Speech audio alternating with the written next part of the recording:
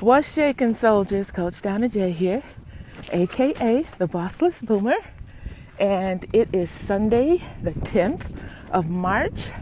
And believe it or not, I'm still in Michigan. Not too bad today. The temperature is about 58. That's the highest it's been since I've been back that I can recall. And it's sunny, so I'm out getting it in. I got up, got out, and got it in today on my health walk. As I'm doing my walk, I'm reflecting back on a documentary that I watched this afternoon with my daughter after I got in from church. And the documentary is titled, What the Health? If you haven't seen it, go to Netflix and watch it. This documentary was talking about the health alert surrounding individuals who are suffering with cardiac issues, diabetic issues, inflammation issues, that it may be, or in most cases, is directly related to diet. What you eat. 3 words. What you eat. They interviewed several doctors, and they were saying that we as human beings don't need to be consuming animal protein. They said that the cows eat plants, and that's where they get their protein, and that's why it gets in their system.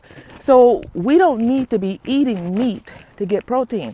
We can get all the protein that we need from plants. Now, I'm going to let you know, your girl is a carnivore. She likes eating meat. I was raised on meat. So this is going to be definitely a shift in my thinking. So I'm having to do research. I thank God for my friend Tamara. She introduced me to Tabitha Brown, who has blown up with YouTube and TikTok regarding a vegan lifestyle. So I'm going to do the research. I'm going to try to embrace this thing because I don't want to develop diabetes. I'm not going to develop diabetes. I'm not going to develop cardiac issues.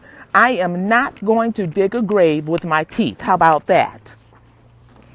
So I'm going to take a look at it and see if I can incorporate a vegan lifestyle. And I'm doing it on this side of Mexico. So that when I go back to Mexico, once I get all my paperwork in, I pray to God that happens this month, I will be in a better position. Both my daughter and I, we need to lose about 30 pounds. And so the people that were interviewed in this documentary talked about how they were able to shed some weight, get off medications that they were on. One gentleman cut his medications in half and cut his insulin in half. 2 of the women that were interviewed were walking around. They had walkers. For sniffles. But after only 2 weeks of removing animal protein from their dietary lifestyle, they were off of all their meds, including psychiatric meds, blood pressure meds. What else were there? There was just a gamut of meds that these ladies were on. But they were all gone after 2 weeks of going vegan. I'm going to tell you right now, it's not going to happen overnight for me. It's going to take some time. I'm going to start with removing pork and beef from my nutritional profile. I will limit my turkey and chicken in my nutritional profile. I don't know what I'm going to do when it comes to fish. I was appalled at seeing the shorelines laden with dead fish and the high content of carcinogenic properties and mercury and other stuff. I don't even know what it was, but it wasn't anything that I wanted in my body. So I'm having to rethink this thing.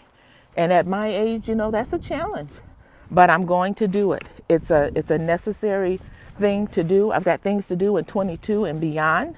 And my confession is that even in old age, I'm going to be at my perfect weight full of vitality, prosperous, and productive.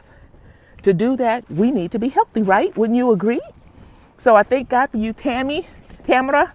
Thank you for introducing me to Tabitha Brown. I will be following her on YouTube and in TikTok so that at least I can get some recipes to replace the meat that I'm going to be pulling out of my nutritional profile as I transition into a vegan lifestyle. Going back to Mexico is crucial for me to do this because they eat a lot of meat in Mexico. Now, their meat, I don't think, is laden with stuff like ours is, because when I bought my steaks from the market, I'm seeing the butcher cut it right off the loin, the side of beef. The pork and the chicken is fresh, and it's not something that's been injected and stored up to go or put preservatives injected into it so that it can stay for months on end in a store.